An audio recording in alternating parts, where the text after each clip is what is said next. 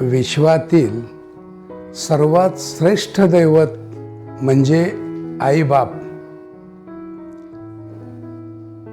अशी कोणत्याच फळाची अपेक्षा न करता आयुष्यभर जे कष्ट करत राहिले त्यांचंच नाव आईबाप आहे.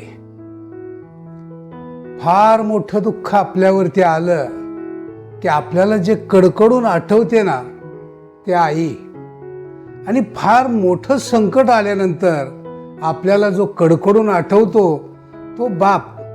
हे दोन्ही सारखेच, अगदी तोलामोलाचे.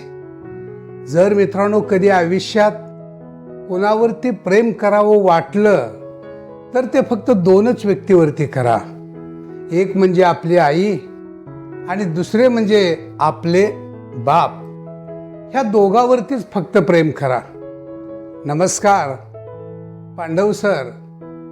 आज आपला विषय आई बापाला काय द्यावं आणि काय देऊ नये. एखाद्या घरामध्ये जर आई वडील असतील तर मित्रांनो ते घर नसतं, ते मंदिर असतं. त्या मंदिरामध्ये सुख, समाधान आणि आनंद वास करत असतो.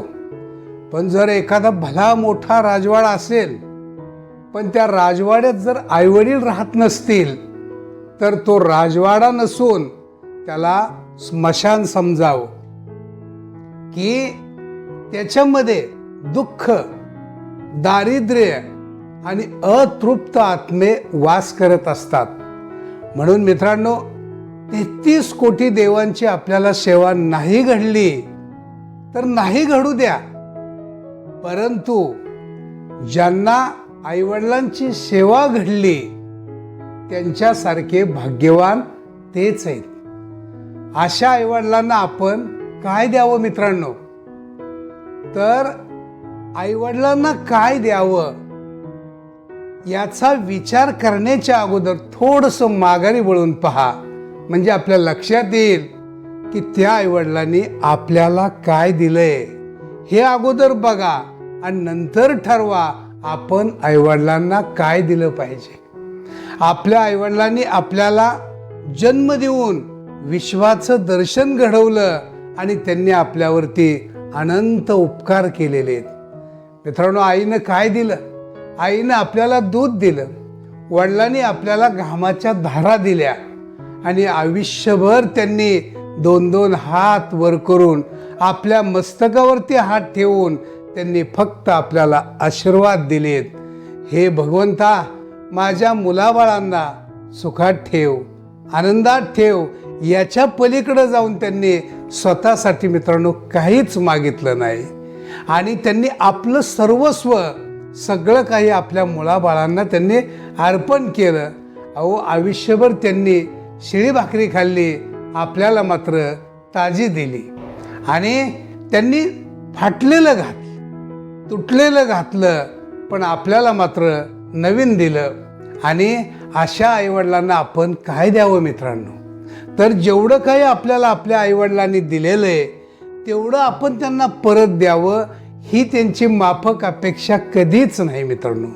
जेवढं काही त्यांनी दिलेलं आहे, त्यांनी दिलेलं जे मुद्दल आहे त्या मुद्दलाचं फक्त व्याजरूपी थोडी सेवा द्या.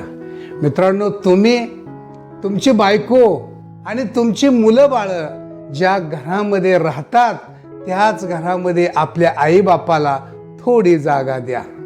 काय द्यावं आईवडिलाला आपण? तर थोडी जागा द्या. जे आपण खातो ना, जे अन्न आपण खातो त्याच्यातलंच थोडं, परंतु ताजं अन्न आपण त्यांना दिलं पाहिजे.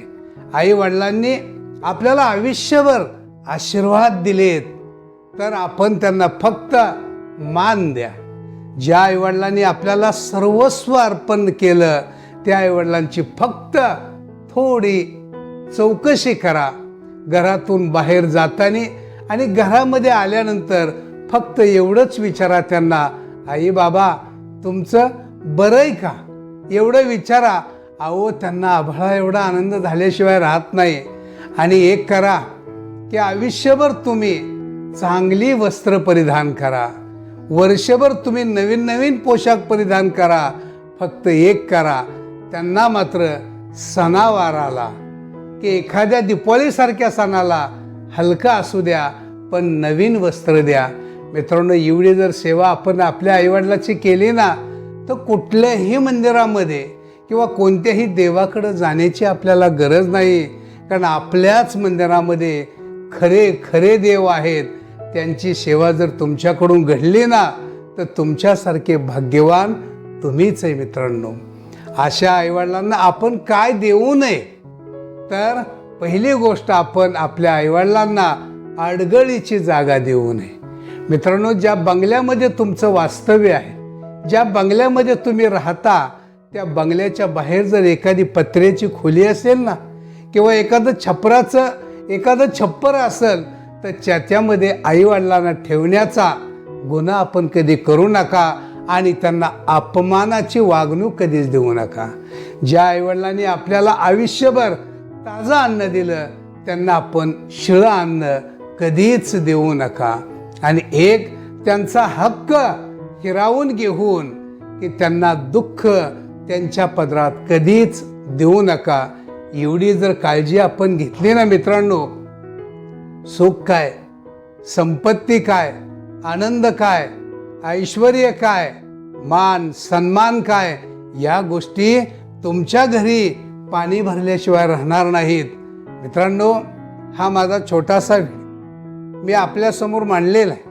आपल्याला जर आवडला तर लाईक करा, शेअर करा आणि सबस्क्राईब करायला मात्र विसरू नका. नंतर भेटू आपण पुढच्या भागात. तोपर्यंत नमस्कार.